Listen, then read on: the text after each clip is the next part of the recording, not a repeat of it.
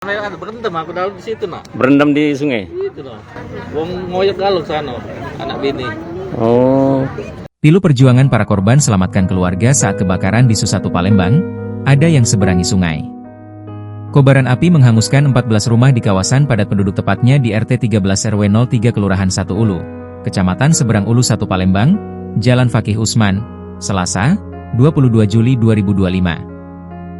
Sebanyak 86 jiwa harus kehilangan tempat tinggal akibat kebakaran ini. Api yang mulai berkobar sekitar pukul 2.30 WIB itu dengan cepat melahap habis bangunan, meninggalkan puing dan abu. Agus, 34, adalah salah satu saksi keganasan api menceritakan peristiwa terjadi hingga bagaimana ia harus berjuang menyelamatkan keluarganya. Dalam kepanikan yang mencengkeram, ia sigap menggendong putranya, Rasyah, 2, sementara istri dan anak-anaknya yang lain berpegangan erat, menerobos lorong-lorong sempit yang telah diselimuti kobaran api. Rumah kami memang tidak terbakar, tapi saat menyelamatkan diri, ibu saya kehilangan uang 15 juta rupiah, cerita Agus dengan suara bergetar, raut wajahnya menggambarkan trauma. Saat itu panik, dompet berisi uang itu terkepit di tangannya, entah lepas di mana. Uang itu untuk persiapan pernikahan adik kami tanggal 11 bulan depan, ujarnya. Pikiran Agus kala itu hanya tertuju pada keselamatan keluarganya. Ia menggambarkan bagaimana api seolah muncul dari tengah pemukiman dan menjalar dengan cara yang tak biasa, bahkan terasa merambat di bawah rumah-rumah yang berada di tepi sungai.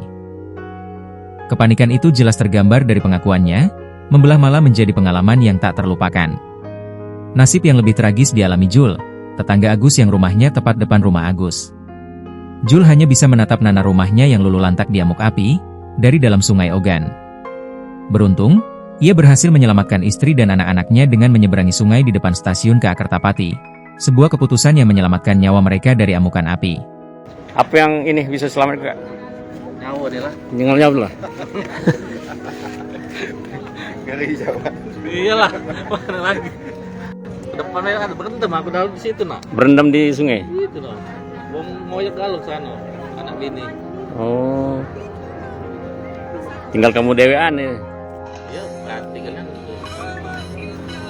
Jadi anak lah sudah selamat kalau. Yang kejadian dia nyampak rubuh aja.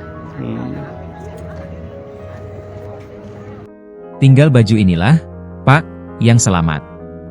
Semua ludes, ungkap Jul sapaannya dengan mata berkaca-kaca dan menunjukkan pakaian yang melekat di tubuhnya sebagai satu-satunya harta yang tersisa. Sementara Ketua RT 13, Rumiani menuturkan total 14 rumah yang hangus terbakar. Akibatnya, 86 jiwa harus kehilangan tempat tinggal. Rumah beliau juga dijadikan posko darurat. Rumiani mengatakan, belum diketahui secara pasti mengenai penyebab si jago merah mengamuk di wilayahnya. Informasi yang dia ketahui, kemungkinan berasal dari korsleting listrik dari rumah warga bernama Farida.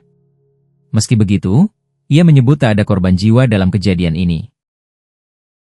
Download Tribun X sekarang, menghadirkan lokal menjadi Indonesia.